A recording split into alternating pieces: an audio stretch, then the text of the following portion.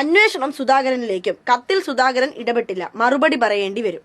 ആ പാവം പിടിച്ച DCC ട്രഷറർ വിഷം കഴിച്ച വിഷയത്തിലല്ലേ അന്വേഷണം വരട്ടെ.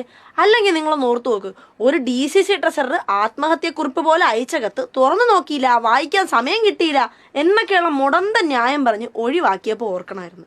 അല്ല, ഈ DCC ട്രഷറർ അയക്കുന്ന കത്തിന്റെ സ്ഥിതി ഇതാണെങ്കിൽ പാവം പിടിച്ച അണികൾ അയക്കുന്ന കത്തൊക്കെ സുധാകർജി കാണുന്ന പോലും ഉണ്ടാവില്ല.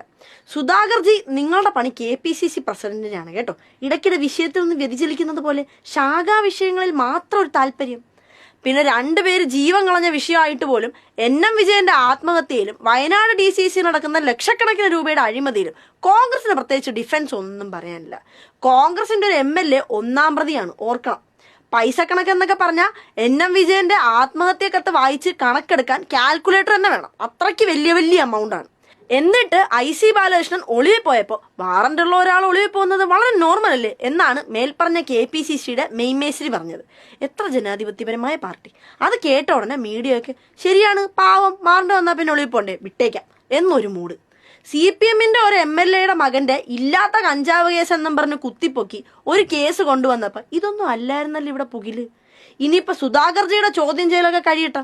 ഭരണം നടത്താൻ വേണ്ടി കുളിച്ചറടിയായി മുടി ചെയ്യിരിക്കുന്ന എത്ര പേര് ജയിലിന് വെളിയിൽ കാണും എന്ന് നോക്കിയിട്ട് ഇലക്ഷനെ കുറിച്ചൊക്കെ ആലോചിക്കാം.